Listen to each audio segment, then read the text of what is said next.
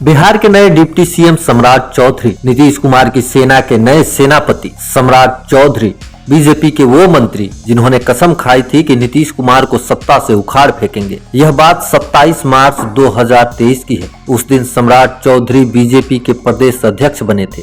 जिम्मेदारी मिलते ही सम्राट चौधरी ने अपने सिर पर भगवा पगड़ी बांध ली थी। इसके बाद नीतीश कुमार ने जब 12 जुलाई 2023 को सदन में सम्राट चौधरी से पगड़ी पर सवाल किया तो सम्राट चौधरी ने कहा, आपको सीएम की कुर्सी से हटाने के बाद ही पगड़ी खोलेंगे।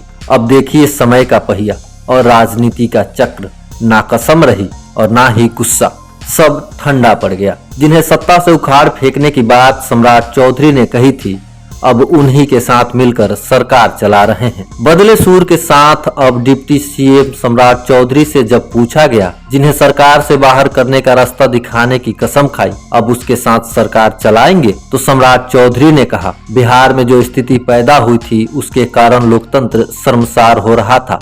जनता दल यूनाइटेड को तोड़ने का काम किया जा रहा था। सरकार में रहकर ही लोग कह रहे थे कि 2024 में जेडीयू समाप्त हो जाएगी। इसके बाद जब मीडिया ने सम्राट चौधरी से पूछा कि आपने प्रण लिया था कि जब तक नीतीश कुमार को सत्ता से बाहर नहीं करेंगे पगड़ी नहीं खोलेंगे, तो इसके जवाब में उन्होंने कहा कि वो अयोध्या में भगवान राम के चरणों में सिर मुड़वाएंगे और अपनी पगड़ी उनके चरणों में समर्पित करेंगे। इतना ही नहीं, पगड़ी के मुद्दे पर सवाल पूछने के बाद उन्होंने कहा, जब मैंने यह बात कही थी तो वो भावुक क्षण था, लेकिन भाजपा के पूरे प्रदेश नेतृत्व और राष्ट्रीय नेतृत्व ने जब फैसला लिया कि नीतीश कुमार जी के साथ जाएंगे, तो मैंने कहा कि मैं अयोध्या जा रहा हूं। मैं अपना सिर मुड़वाऊंगा और मुरेठा प्रभु श्री राम के चरणों में दूंगा। बिहार के विकास के लिए कुछ भी व्यक्तिगत नहीं हो सकता है, व्यक्तिगत निर्णय को निरस्त भी किया जा सकता है। अमूमन आपने देखा होगा कि इस तरह के बयानबाजी के बाद सवाल पूछने पर हर कोई अपनी सफाई में कुछ न कुछ बोलता ही है। अब क्या है आपकी राय, कमेंट करके जरूर बताएं और ऐसे ही खबरों के लिए सब्सक्राइब करें भारत लोक को।